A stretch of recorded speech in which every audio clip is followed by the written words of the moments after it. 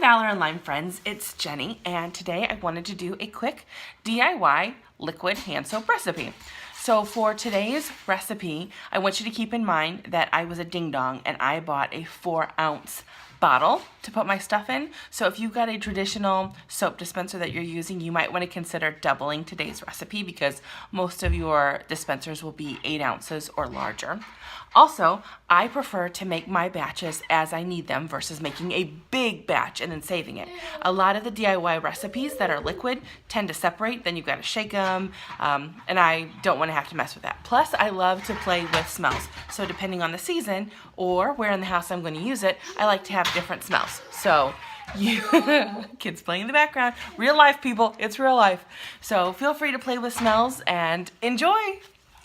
So let's get started making our hand soap. Super easy. What you're going to need is a 1/4 cup of distilled water, a 1/4 cup of Castile soap.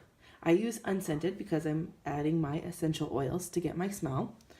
We're going to need some vitamin E, a carrier oil. I'm using castor oil, not because it's my favorite, but because I have it and it actually is very good on hair, skin, nails. So that's why I'm going to put it in there, but it would not be my preferred. And once it's gone, I'm probably not going to buy any more of it. And then a pumper bottle. I accidentally ordered 4-ounce bottles off Amazon thinking, oh yeah, 4 ounce sounds about right. But then when I looked at the bottle in my bathroom, it was about an 8-ounce size. So the amount we're making today is for a 4-ounce bottle. If you've got an 8-ounce bottle, you'll just want to double the entire recipe so that it fits in your entire container.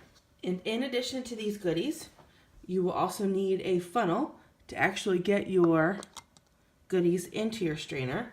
And then you will need essential oils of your liking. What I love about this recipe and why I make it in small batches is because I like to play around with the smells. And depending on the season or mood or where it's going to be located, I let that determine what scents we're going to use. So since this one is going to go in my kitchen, I am going to use Citrus Fresh because I love the citrusy smells for the kitchen. The limes, the lemons, the tangerines, the Citrus Fresh, which has all of them in it. So that's my choice. So we're going to start out by measuring our ingredients and just pouring them in there. So for this one, it's 1/4 cup distilled water and a 1/4 cup Castile oil. All right, I just added in my distilled water, 1/4 cup.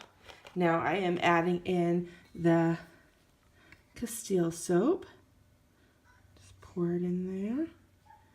Get your 1/4 cup.